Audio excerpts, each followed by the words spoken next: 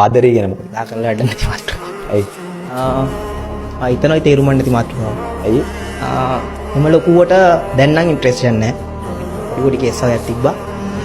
ඒවත් එක්ක අයින් වෙලා තියෙනවා. දැන් කවදාකවත් බඳින්නේ නැහැ. නෑ කපන්නේ නැහැ. එහෙම කපනවද මේවා? කවදාකවත් මේ බඳින්නේ නැහැ. ඒ අද කවදාකවත් බඳින්නේ නැහැ කියලා දැන් ඉන්නේ. නෑ.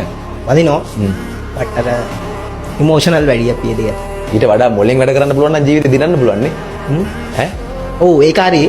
ඒ කියන්නේ අර ඕනම දෙයක් ඇයි ඉමෝෂනල් වෙන්නේ? පොල්ලක් බූට් එකක් කෑවද? කාලින් බොරු කියන්න ඕනේ කාලින්. ඇයි කෙල්ල කොල්ලොන්ට බූට් තියන්නේ?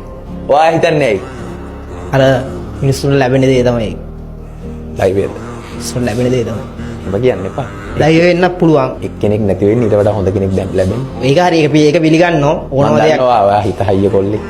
බලපිටියේ කොල්ලෝ අහුන්ගල්ලේ කොල්ලෝ හිත හයිය කොල්ලෝ. හිත හයිය කරගන්න ඔයා වැඩෙක් නේ. හැමදාම මේ ගේම ගහන්න හිතා ගන්න බැරි කට්ටිය ළඟට එනවා. මාත් වගේ වයසේ. හිතා ගන්න බැරි කට්ටිය ළඟට එනවා. කෙල්ල විතරක් නෙමෙයි. ඔයාට මෙහෙ ඇවිල්ලා කන්ටැක්ට් කීයක් ඔයා හදාගත්තද? එයා ඔයාට නැති වුණා. හැබැයි මෙහෙ කීයක් ඔයාට මිනිස්සු වගේ ළඟට දැන් හොයාගෙන එනවද? ඒ තමයි සාමාන්‍යයෙන් ඇත්තටම දැන් මෙහෙමාකට දැන් එයා බලන් ඇතිනේ. ප්‍රශ්නයක් නැහැ ඒක සාමාන්‍ය දෙයක් ඒක. හිතනවා දන්න වැඩි කියලා කොහොමද ඉන්නේ කියලා.